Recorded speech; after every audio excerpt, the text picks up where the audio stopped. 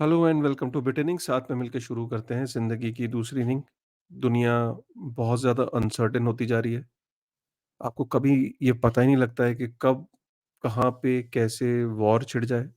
और इस टाइम जो अनसर्टेनिटी है दुनिया में, हर वक़्त आदमी ये सोच रहा है कि ना जाने कौन-सी जगह पे, किस वक़्त, कब जंग छिड़ जाए, कब वो जंग के माहौल में आ जाए, कब उसका देश इन्वॉल्व हो जाए। आज की डेट में अगर आप देखो तो अनसर्टेनिटीज़ का ये आलम है कि पूरा मिडल ईस्ट से लेके रशिया यूक्रेन से लेके चाइना ताइवान के इशू को लेके नॉर्थ कोरिया हो गया। मतलब आप कोई भी कॉन्टिनेंट, कोई भी रीजन अगर आप उठा के देख लो, तो इस टाइम दुनिया के अंदर हर वक्त इनसिक्योरिटीज है। और कल जो हमने देखा, जो कल हमने नज़ारा देखा, वो अपने आप में अ, एक बहुत बड़ा एक पैनिकिंग इशू था, जिसमें हमने देखा कि किस तरीके से एक रिस्की जो एसेट्स हैं, मैं बिटकॉइन को आज भी हम लोगों की कैटेगरी, जो क्रिप्टो में ऑलरेडी उनको बिटकॉइन एक सेफ हेवन लगता है, बट एज एन आउटसाइडर उसके लिए तो स्टॉक्स के अलावा सब कुछ बहुत ज़्यादा रिस्की है। तो बिटकॉइन एक हाई रिस्क कैटेगरी में आता है। जो लोग क्रिप्टो को नहीं जानते या क्रिप्टो में जिन्होंने शुरुआत करी है, जैसे रिटेलर्स हो गए। तो कल जो हमने डंप देखा पूरा, 62,000 से नीचे, 62,000 यूएस डॉलर से नीचे बिटकॉइन को जाते हुए देखा with in a span of hardly 3-4 minutes, 5 minutes maximum. जो कल जो शॉर्ट देखा हमने, शॉर्ट सेलिंग देखी, वो मतलब बिटकॉइन की पूरी हिस्ट्री में ऐसा शायद 3 या 4 बार ही हुआ होगा। और किसी ने भी प्लान नहीं किया था कि कोई कोई भी इसको प्रिडिक्ट नहीं कर सकता था। तो उसके बारे में बात करेंगे कि how to cope up with these things. नुकसान इसमें ज़्यादा किसको हुआ? क्या बिटकॉइन के जो होल्डर्स थे उनको हुआ, या जो ऑल्ट कॉइन्स में थे उनको हुआ, या जो लीवरेज में थे उनको हुआ, जिन्होंने बहुत ज़्यादा जो लीवरेज लेते हैं। आपको हुआ नहीं हुआ, कमेंट करके बताइए। पहली चीज़, आपने इसको सिचुएशन को कैसे कोप किया? आपने कैसे इस सिचुएशन को मीट आउट किया, या आप अभी लॉस में हैं? मैं ऐसे कई ट्वीट्स पढ़ रहा था, बहुत महारथी जो हैं, जो 2017-18 से हैं इस इंडस्ट्री में, कल उन्होंने एक रात के अंदर 80% अपनी वेल्थ खो दी है। क्योंकि किसी ने भी प्रेडिक्ट नहीं किया था कि इतनी मैसिव शॉर्ट सेलिंग होगी। मेरे साथ प्रणव है, प्रणव भी बताएँगे कि 1 मिनट को ये उनको भी शायद हर्ट किया होगा। I don't know if it does Shaw leverage trading, but श स्पॉट के अंदर भी लोगों को हिट किया है। तो इसके बारे में डिस्कशन करते हैं। प्रणव, वेलकम टू वेब3 की दुनिया। What is your overall take जो हुआ कल? पहली बात तो बहुत अनफॉर्चुनेट है that the world order is moving towards unrest and unpeace, right. तो वो बहुत ही मेरे ख्याल में दुख की बात है। रिलेटेड टू क्रिप्टो, अगर मैं आपको बताऊं तो I would say up till now आपने देखा होगा गोल्ड के प्राइसेस एकदम से बढ़ गए हैं। और हाँ। मंडे को आप जब मार्केट खुलेगा तो gold will be massively massively like going up in the upper direction. हुँ, तो अगर मैं उस हिसाब से अगर आपको बताऊं तो now we can scope out a little and think about it कि अभी तक बिटकॉइन उस स्टेज में नहीं पहुंचा है कि वी कैन, जैसा कि काशिफ भाई बोल रहे थे, it can be considered as a safe haven as of right now, right. There is a lot of work to decouple bitcoin from the hmm, stock market. जब मंडे को स्टॉक मार्केट खुलेगा तो ऐसा एंटिसिपेटेड है कि एकदम high volume में bitcoin ETF जो कि लिस्टेड है अब यूएसए के अंदर, वो हाई वॉल्यूम में उसकी सेलिंग होगी। अगर मैं आपको थोड़ा सा स्टैटिस्टिक्स वाइज बताऊं तो you can see right now कि अभी तक तो टॉप इनफ्लो ही हुआ है बिटकॉइन का। अधिकतर हुँ, आपको बुलिश या फिर ऊपर की साइड पे जाती हुई कैंडल्स ही मिलेंगी, राइट। पर अब देर इज अ गुड चांस कि इतनी बड़ी जो एक बुल की कैंडल बनी थी, $1 बिलियन एक दिन किसी ने खरीदा, लोगों ने ईटीएफ खरीदे थे, अब उतनी बड़ी कैंडल सेल की भी बनने के चांसेस बढ़ सकते हैं ऑन मंडे। मंडे को जो होगा वो हम देखेंगे। अभी हम संडे को रिकॉर्ड कर रहे हैं पर्टिकुलर शो आप लोगों के लिए, पर we'll have to see what happens on Monday, and this is also a test of the people who are holding Bitcoin in the ETF market in the US, right. तो सबसे पहले तो ये बात है जो इन जनरल आपको समझनी चाहिए। दूसरी बात ये है कि बिकॉज ऑफ द ग्रीड जो कि बुल मार्केट लेके आता है, उसके कारण अगर आप देखो तो यहाँ पे यू कैन सी जितने भी मीम कॉइन्स थे, वैसे तो सारे ही कॉइन्स की एकदम 20-20, 25-25, 30-30% हिट हुए थे, पर अधिकतर जितने भी मीम कॉइन्स थे they were hit very very badly. ये degen coin which is very well, एक बहुत बड़ा अप एंड कमिंग वेब3 का कॉइन है, आई वुड से। तो उसको 12 से 15% का हिट लगा, ऐसे ही करके सबको बहुत बहुत 24 घंटे के अंदर there has been a massive dump in the market related to these meme coins and these highly risk averted assets जो एकदम से उठे थे। वो एकदम से, जैसे अभी ये आप देखो डब्ल्यू, जो जिसका अभी अभी एयर ड्रॉप हुआ था, वर्म होल का जो ब्रिज है उसका भी अभी एयर ड्रॉप हुआ था, तो यू कैन सी कि कितना बड़ा यहाँ पर कितना बड़ा सेल ऑफ हुआ था। 0.6 से 0.43, यहाँ पे अधिकतर लोग लिक्विडेट हो गए थे, उसके बाद वापस market recovered a little bit, पर लिक्विडेशन का अधिकतर लोग 0.5 पे रखा होगा लोगों ने, है ना, तो अधिकतर लोग लिक्विडेट हुए होंगे। तो ये जो हाई रिस्क एवर्टेड एसिड्स में लोगों ने ट्रेडिंग करी थी, एकदम से एक मैसिव डंप आया था, जिसके बाद वापस थोड़ी सी रिकवरी हुई, पर ये जो डंप आया वो लोगों की एक्सपेक्टेशन से बहुत नीचे आया because of this war and this uncertainty, and that caused a lot of futures and leverage traders to be liquidated। और शायद इसीलिए फ्यूचर्स कोरिया जैसी कंट्रीज में बैंड है क्रिप्टो को रिलेटेड, और शायद इसीलिए अधिकतर जो ये परपेचुअल ट्रेडिंग है वो यूएसए के अंदर भी बैंड है। You can not, dYdX won't work in the US despite being a protocol, उसका फ्रंट एंड नहीं चलता है।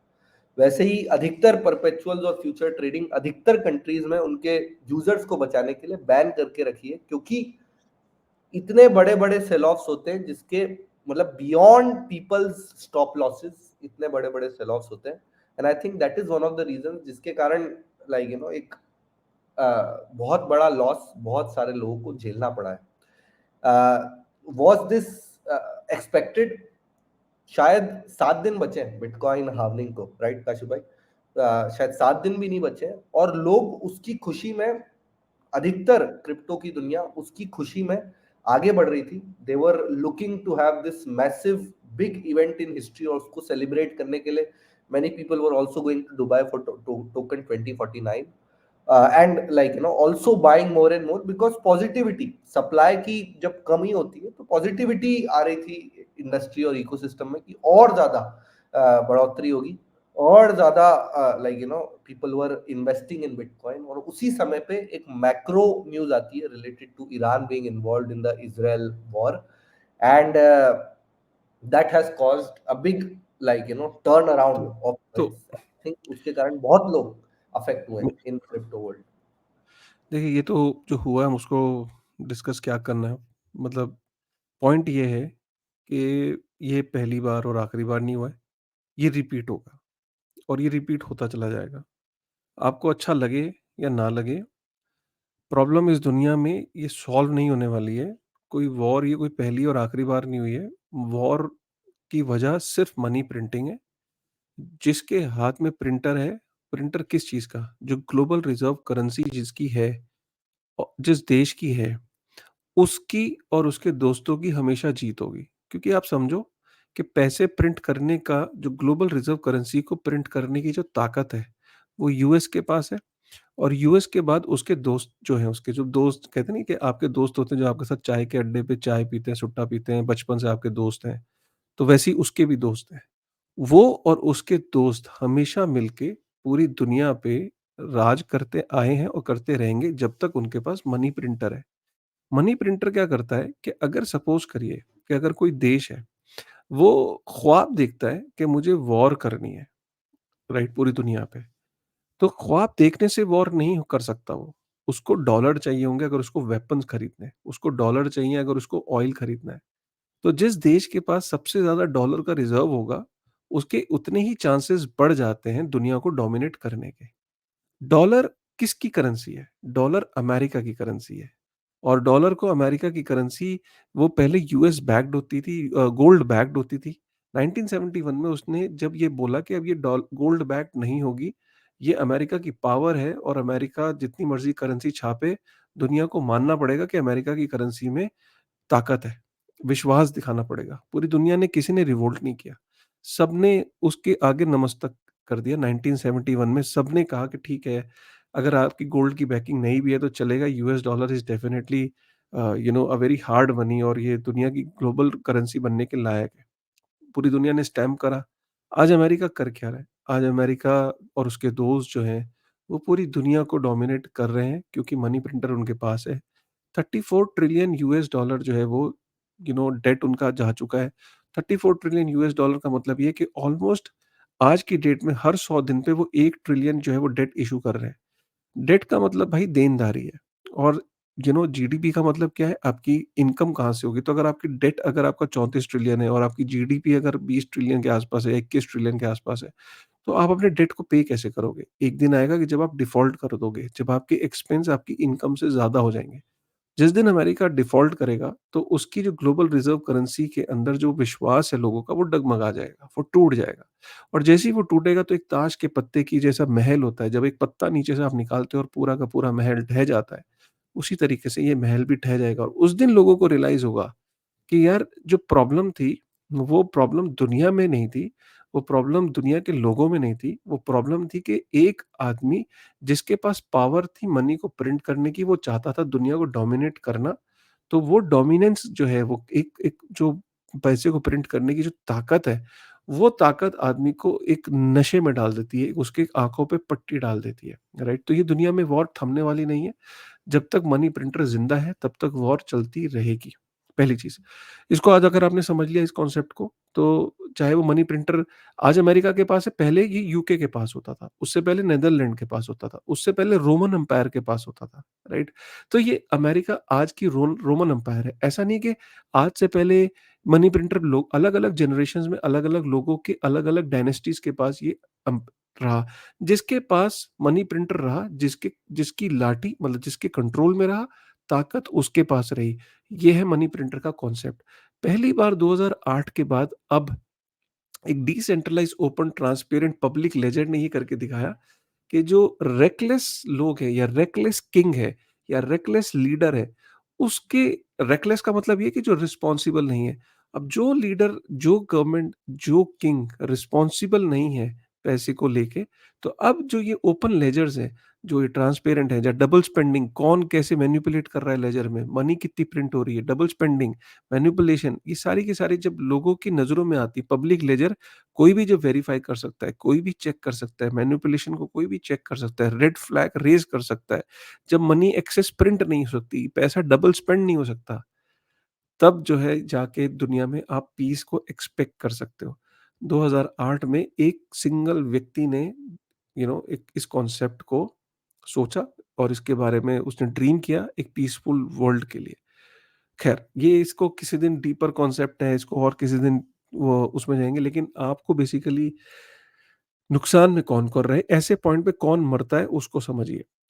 ऐसे पॉइंट पे जो मरता है वो मरता है जो कि सबसे पहली बात लीवरेज, यू नो लीवरेज का मतलब क्या है? उधार लेके आप अपनी औकात से ज़्यादा जब आप ट्रेड करते हो। आपने उधार लिया, ओपन इंटरेस्ट पे आपने आपके पास ₹100 थे, आपने ₹1000 का आप ट्रेड कर रहे हो। इंटरेस्ट पे आप पैसे को रेज़ कर रहे हो और ट्रेड मार रहे हो। तो आपके पास चादर थी, उस चादर से आपने पैर नहीं, घुटने नहीं, सर बाहर निकाल लिया। ठीक है ना? तो आपकी फिर ऑब्वियसली जब आप ऐसा करोगे और जब आपके विपरीत जब ट्रेड जाएगा तो आप खत्म हो जाओगे। कल ट्विटर पे बहुत सारे लोग 80-80% अपनी नेट वेल्थ खो चुके हैं। हुआ क्या कल? मार्केट ऑलरेडी 15% करेक्शन करके आई थी, 15-20%। तो लोगों ने फ्रेश एंट्रीज़ ली थी कल। बहुत सारे लोगों ने सोचा कि 20% मार्केट टूट गई है, चलो इसमें फ्रेश एंट्रीज लेते हैं। फ्रेश एंट्री लेने के बाद 5 मिनट के अंदर मार्केट बिटकॉइन अगर 7-8% 10% टूट गया तो आप सोचो ओवरऑल जो ऑल्ट कॉइन्स थे 20-25-30% तक ड्रॉप हुआ है और मीम कॉइन्स में तो 40% 50% तक गया है। मैटिक जैसे कॉइन जो है अपने ऑल टाइम हाई से 75% डाउन चल रहे हैं इस टाइम। अगर हम कार्डानो की बात करें तो 70% 65% डाउन चल रहे हैं। आप इससे अंदाजा लगाएं कि आप अगर ब्लू चिप्स में अगर इतनी ज़्यादा करेक्शन है, तो ऑल्ट कॉइन्स को सोचिए जो स्मॉल कैप्स हैं और जो ये हाइप नैरेटिव्स हैं, जिनके बारे में अभी लोग दुनिया बोलती जा रही है एआई, वेआई ये वो।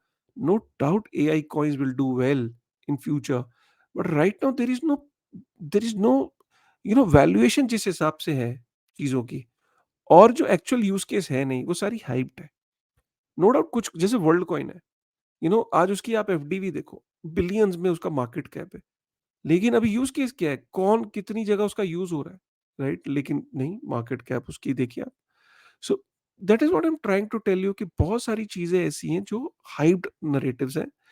तो इसीलिए आपको ये बोला जाता है कि राइट मिक्स रखिए। राइट मिक्स का मतलब क्या है? राइट मिक्स का मतलब ये कि आपके पास एक बिटकॉइन है, बाकी ऑल्ट कॉइन्स है। हमेशा इस चैनल ने आपको बोला कि आपकी सब्सटैंशियल नेटवर्थ हमेशा बिटकॉइन में होनी चाहिए। बिटकॉइन में नेटवर्थ है आपकी, उसके बाद आपका ऑल्ट कॉइन्स है। ऑल्ट कॉइन्स में आपका इथेरियम में सेकंड नंबर पे होनी चाहिए।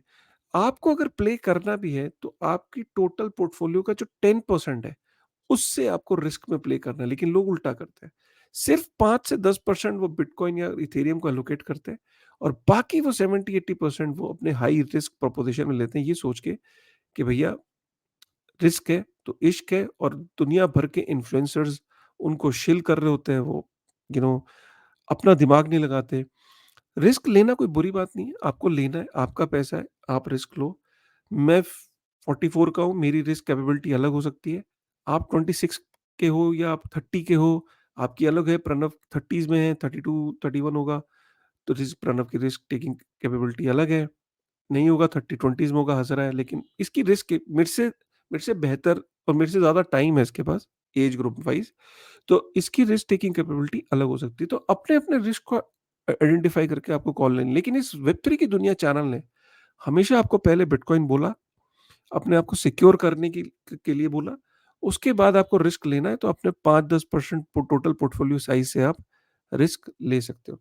इससे पहले कि हम आगे बढ़ें, मैं फिर से एक बार अपने जो ये चैनल है, जो ये शो है वेब3 की दुनिया, this is powered by Somnia network. Somnia network को हमने लास्ट टाइम एक वीडियो में पूरा डेडिकेटेड कवर किया था।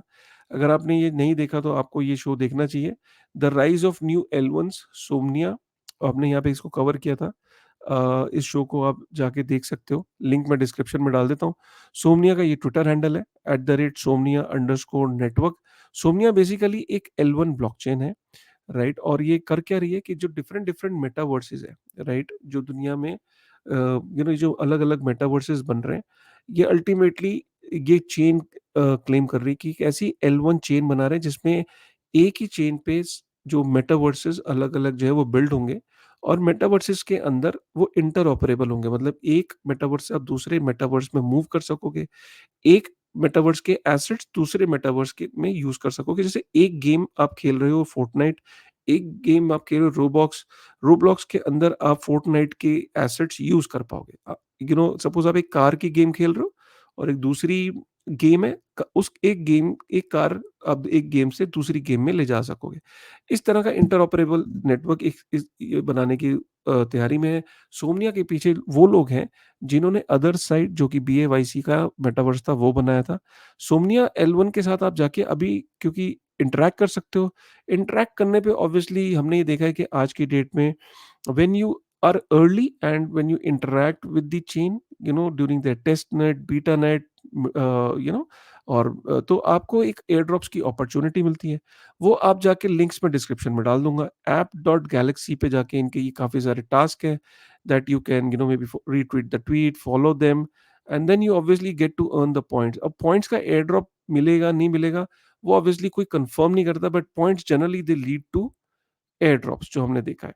और ये आप ज़ीली.io पे भी जाके कर सकते हो। यहाँ पे आप देख सकते हो 10 पॉइंट, 10 पॉइंट, अलग-अलग टास्क करने पे आपको पॉइंट्स अवेलेबल है। तो ये था सोमनिया नेटवर्क जो कि अ, हमारे आज के शो का स्पॉन्सर भी है। जी प्रणव। राइट, आगे बढ़ते हैं। ये तो थोड़ी सी नेगेटिव न्यूज़ हो गई, लेवरेज मत लो, हुँ, ओवर एक्सपोज मत हो मार्केट को लेके। ग्रीड अच्छी बात नहीं है, बुल मार्केट हो या बेयर मार्केट हो, एंड कवरिंग ऑल दैट। आगे बढ़ते हैं, let's move forward to the positive news जो वेब3 के अंदर आ रही है। बुल मार्केट में काफ़ी अच्छी अच्छी न्यूज़ भी आती हैं, उसको भी कवर करना ज़रूरी है। Hong Kong, hmm, which used to be the financial capital of the east जिसको बोला जाता था, एक समय पे जब मर्ज हुआ था ना हांगकांग और चाइना, मैं भी थोड़े दिन पहले हांगकांग में ही था। तो जब मर्ज हुआ था हांगकांग और चाइना 1997 में शायद, उस समय हांगकांग हैड 20%, चाइना की जीडीपी में 20% तक वो कंट्रीब्यूट करता था। उसके बाद धीरे-धीरे उसकी जो जीडीपी कंट्रीब्यूशन है वो कम होती गई, अब जाके 2% हो गई है। और मैंने जो देखा वो ये देखा कि अधिकतर लोग जो थे हांगकांग के अंदर, they are not very optimistic about Hong Kong's future. वो ऑलमोस्ट मान चुके हैं कि they are a part of China now, जो कि 2047 में वो पूरी तरह से हो भी जाएँगे। And I think that they will be merged and also becoming another city in the Hong Kong, in the Chinese ecosystem. पर फिर भी चाइना की रेगुलेटरी बॉडी और इन जनरल हांगकांग की रेगुलेटरी बॉडी चाहती है कि हांगकांग जो अपना financial capital of the east माना जाता था, the gateway of to the east, उसका ताज बरकरार रहे और उसके लिए वेब थ्री का सहारा लेने की वो कोशिश कर रही है। आई थिंक चाइना कोशिश भी कर रहा है कि हांगकांग के थ्रू वो अपने आप को खोले, and because of that they have release this particular notice कि हांगकांग के अंदर बिटकॉइन और ईटीएफ, इथेरियम का ईटीएफ शायद मंडे को अप्रूव हो जाए। ये ऑफ कोर्स एक अच्छी न्यूज़ है।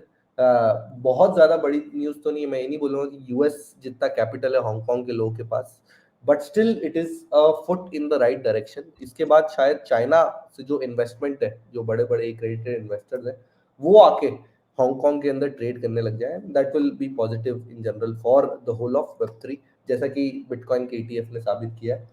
So that is what it is, but it is still a foot in the right direction from the east side of the world, which is China and Hong Kong. But this is happening in Hong Kong.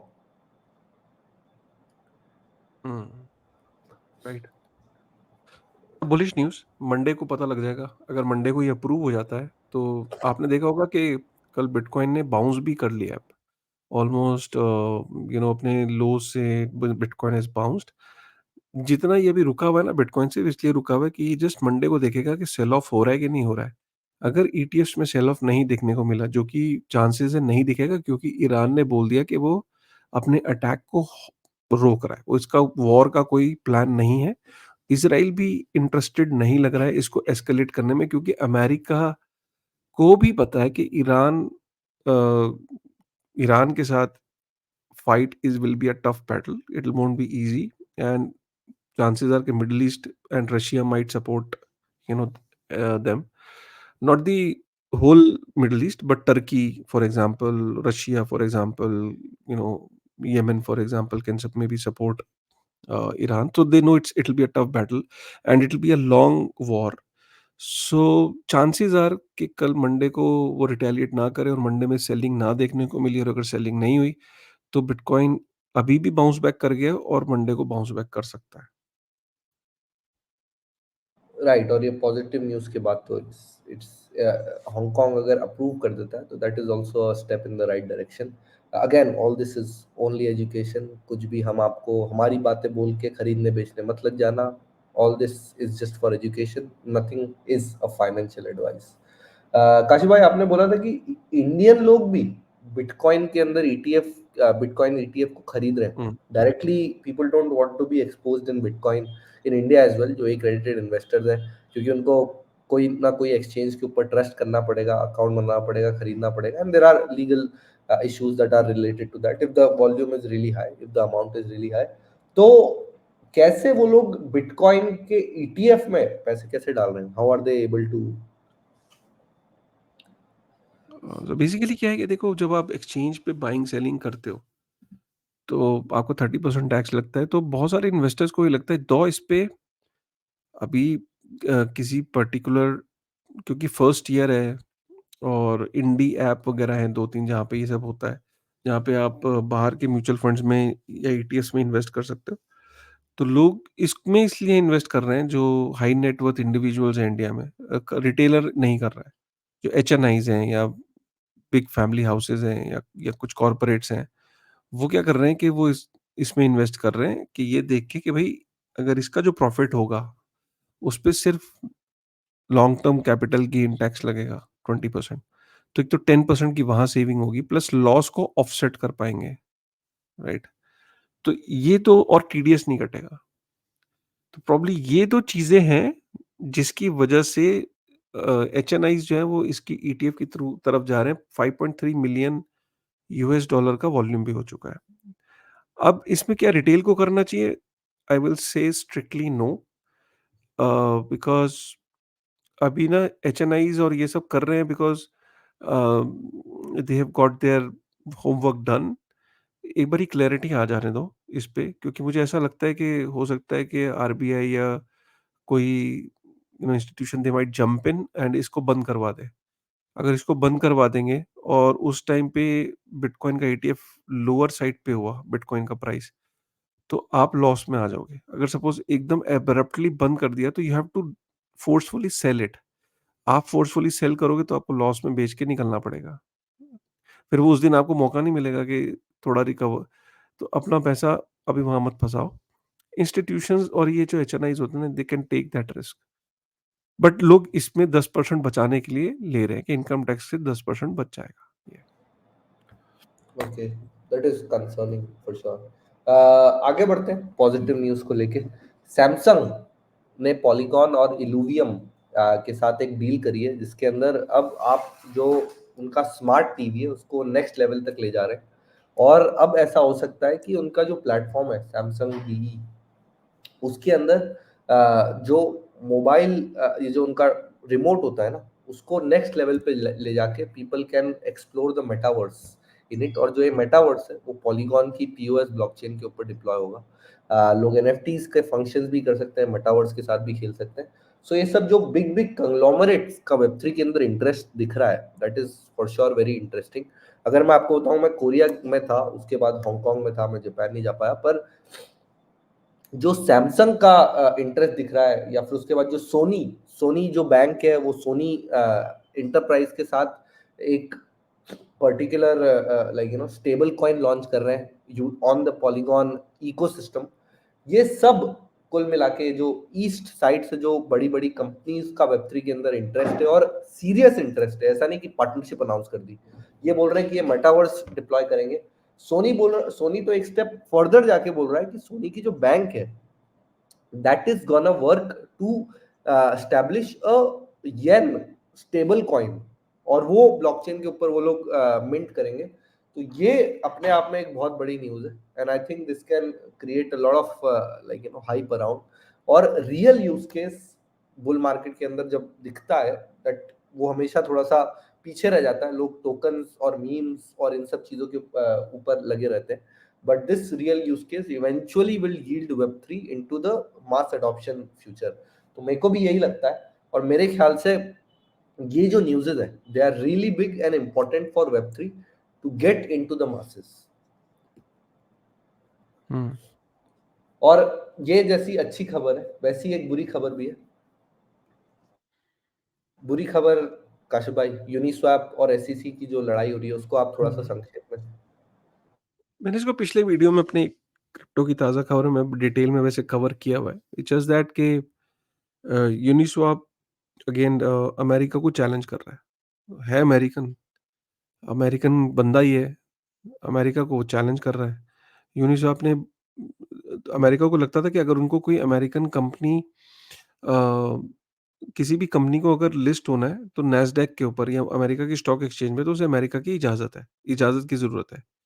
यही exchange का काम होता है। लेकिन पहली बार Uniswap ने बोला कि नहीं, अगर कोई स्टॉक है और वो टोकेनाइज़्ड फ़ॉर्म में है, अगर कोई कंपनी अपनी टोकेनाइज़्ड फ़ॉर्म में अगर स्टॉक कर दे फ्यूचर में, तो उसे स्टॉक एक्सचेंज की ज़रूरत नहीं है, राइट? तो ये एक बड़ी बात है, क्योंकि अमेरिका को चैलेंज कर दिया यूनिस्वैप ने, और अमेरिका की ये आदत यही है, जब भी उसे कोई चैलेंज करता है, तो अमेरिका उसका मुँह बंद करा देता है।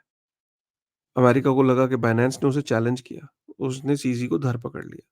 अमेरिका को लगा कि जो कॉइनबेस का और क्रैकन का स्टेकिंग प्रोग्राम है, जो जेमिनी का, कि वो बैंक्स अमेरिका के दे रहे हैं आधा परसेंट और वो दे रहे थे 10%, 9% स्टेकिंग में। उन्होंने उनका मुँह बंद करा दिया। कॉइनबेस, क्रैकन सबको बंद करा दिया स्टेकिंग। यूनिस्वैप, अच्छा तो हमारी स्टॉक एक्सचेंजेस का अल्टरनेटिव लेके आ रहा है, बंद करा दिया। टोर्नेडो कैश, उसने बोला अच्छा टोर्नेडो कैश, डेवलपर को उठा लो, बंद कर दिया। अच्छा ट्रॉन, ट्रॉन के ऊपर यूएसडीटी मिंट होगा, बंद कर दिया, राइट? सो अगर आप what if you try to relate with things, if you try to relate कि क्या हो रहा है दुनिया में, अमेरिका को जब-जब जिसने चैलेंज किया है, अमेरिका ने उसका मुँह पे हाथ रख के गला दबा दिया।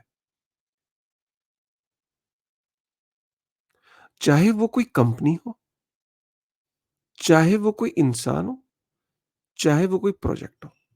वो चाहता है कि अगर कोई फ्लरिश करे तो उसकी कंपनी करे, उसके लोग करें, उसका सिटीज़न करे, उसके पॉलिटिशियन करे, उसकी आर्मी करे, उसके वेपन करे, उसका प्रेसिडेंट करे।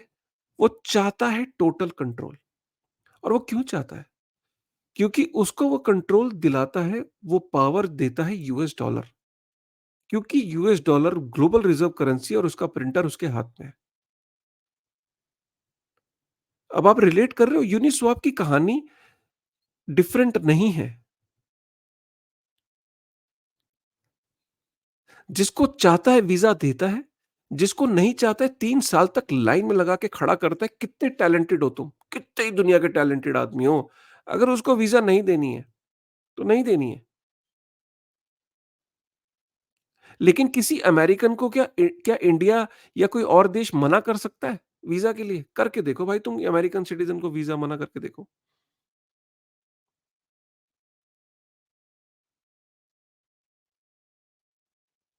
आई डोंट नो, मतलब आप मेरी बातों को पता नहीं रिलेट कर पाओगे कि नहीं, मतलब राइट, ये राइट। इसको प्रणब भी नहीं समझ पाएगा कि काशी भाई उल्टी-सीधी बातें करता है। वेरी इंटरेस्टिंग थॉट काशिफ भाई।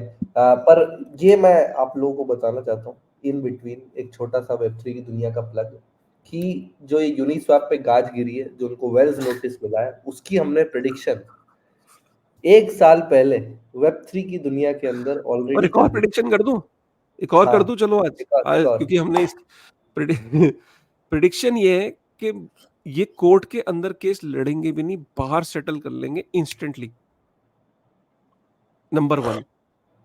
जिस दिन सेटल कर लेंगे, ये भी बताता हूँ प्रेडिक्शन नंबर 2, यूनिस्वैप जिस दिन केस सेटल करेगा बाहर, एसईसी सेटल करेगा यूनिस्वैप से।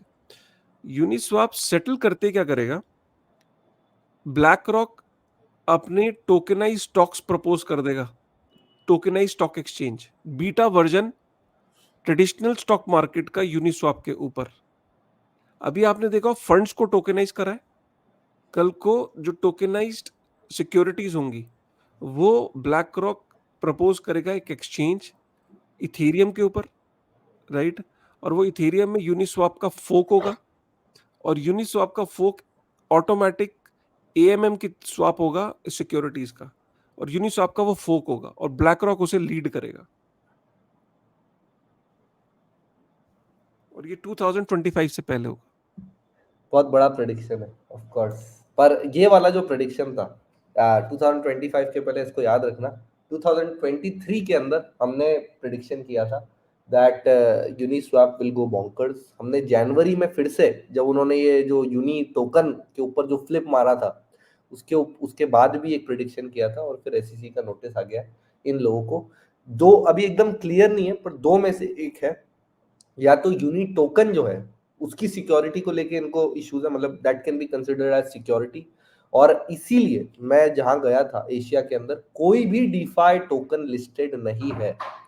सो is uni token a security, उसको लेके एसईसी ने, या तो वो है, या फिर द अदर इशू इज कि ये जो टोकन्स यूनिस्वैप के ऊपर बिकते हैं, they are rather like, Uniswap is a exchange और a broker selling securities, unregistered securities, ऐसा कुछ इन दोनों में से एक होने के चांसेस हैं। So let's see how that goes. But Kashif भाई की प्रिडिक्शन याद रखना, इसको हम छोटी सी क्लिप बना के चलाएंगे जब ये सब ट्रूथ होंगी इन वेब3 की दुनिया। हम इसलिए आप लोग को like the people who are loyal viewers, they know, and we can just tell you कि हम थोड़ी सी बोरिंग बातें करते हैं, पर that is just for you to front run the वेब3 इंडस्ट्री और एंड इकोसिस्टम। लिटरली बता रहा हूँ, इथेरियम की वैल्यू इतनी ज़्यादा बढ़ जाएगी एज़ अ चेन, फंड्स उसके ऊपर आ जाएँगे, एक्सचेंज उसके ऊपर आ जाएगी, पूरा ट्रेडिशनल फाइनेंस इथेरियम पे बिल्ड हो जाएगा। फिर क्या होगा इथेरियम का? खुश हो जाओ अब तो। इंटरेस्टिंग है। और उसी उसी समय पे इथेरियम की खुशी के कारण EigenLayer has also launched on mainnet. EigenLayer मेरे ख्याल से एक one of the most hyped project है इन द वेब3 इकोसिस्टम राइट नाउ। रीस्टेकिंग के ऊपर ये लोग काम करते हैं, इन्होंने बहुत बड़े बड़े एपीवाई दिए, एंड आई थिंक काफी अच्छे अच्छे प्रोजेक्ट भी आइगनलेयर के ऊपर डिप्लॉय हो रहे हैं, एवीएसएस।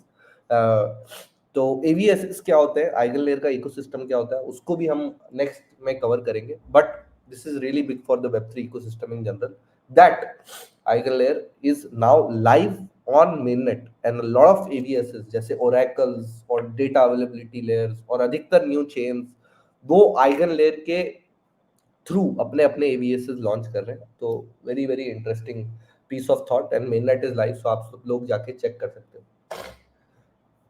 लास्ट में हम वो कवर करेंगे जो बुल मार्केट में हमेशा होता है, lot of funding is available for a lot of founders right now, और उसी का एक नतीजा है कि Monod which is a layer 1 blockchain, उसको $225 million की फंडिंग मिली है।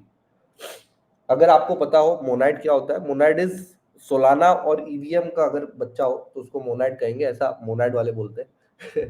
बेसिकली इथीरियम का ईवीएम और इकोसिस्टम और सोलाना का फास्टनेस बाय पैरेलल एग्जीक्यूशन, उन दोनों को मिला के मोनाड चेन बनी है, and I think they are already gonna be in testnet very very soon. Date उन्होंने अनाउंस नहीं की है, बट 225 मिलियन का इन्होंने एक राउंड उठाया है। बहुत ज्यादा पैसे होते हैं 225 मिलियन। इसके पहले शायद पॉलीगॉन ने 400 मिलियन उठाए थे, उसके पहले ऑप्टिमिज्म और आर्बिट्रम ने, सब बुल मार्केट में। It shows these are all like benchmarks that the bull market is here and it is already there. बीरा चेन जो कि एक बहुत इंटरेस्टिंग न्यू चेन है। डीजेंस जो डीफाई के अंदर डीजन होते हैं, लोग जो डीजननेस करते हैं, अगर जिसको डीजन नहीं पता उसको ऐसे बोल सकते हो आप कि like the people who are gambling on chain, या फिर मीम कॉइन्स के ऊपर इन्वेस्टिंग कर रहे हैं, या फिर लाइक उस डीजन इकोसिस्टम में है, उनकी एक अपनी चेन है बीरा चेन, जो कॉस्मोस के ऊपर बनी हुई है, ईवीएम चेन है। उसने भी 100 मिलियन का सीरीज भी उठाया है, and let's see how that goes. But these are two very interesting projects that have raised a lot of funds. And again, as you can see, bull market में लोग race करते हैं और ज़्यादा टैलेंट आता है Web3 इकोसिस्टम में। So I would suggest, अगर आप कुछ नहीं कर रहे हैं, घर पे बैठे हैं, तो Web3 के अंदर आ सकते हो, because there is a lot of human capital requirement right now in Web3. Right. और तुमने एयर चैट यूज किया नवल का जो नया ये है? अभी मैं लॉग इन ही कर रहा हूँ। लॉगिन कर रहे हो? मैंने लॉगिन कर, तो मैं तुम्हें वो भेज रहा हूँ। अगर ऑडियंस सुन रही है, अगर एयर चैट करना चाहती है, तो मैं नीचे नीचे भेज देता हूँ एक लिंक डिस्क्रिप्शन में, आप उसको एयर चैट को ज्वाइन कर सकते हो। कुछ नहीं, एक चैटिंग मैसेंजर है बेसिकली। क्या है यार ये प्रणव? चैटिंग मैसेंजर है ट्विटर जैसा, मैंने भी अभी तक ट्राई नहीं किया पूरी तरह ट्विटर से। जैसा है, but I think it's a new way to, maybe I think it's making a lot of noise and people are really appreciating it a lot. Yes. Guys, air chat आ जाओ यार, अगर आना है तो मैं डिस्क्रिप्शन में डाल देता हूँ अपना लिंक। आओगे कि नहीं? आओगे आओगे, चलो ठीक है, मैं डाल देता हूँ डिस्क्रिप्शन में, ज्वाइन कर लेना गाइस। ठीक है यार, with all this thank you very much guys, and Somnia network का भी थैंक यू। सोमनिया का एक बार आप जाके ज़रूर चेकआउट, ठीक है। And with this thought, thank you very much Pranav, मिलते हैं नए एपिसोड में।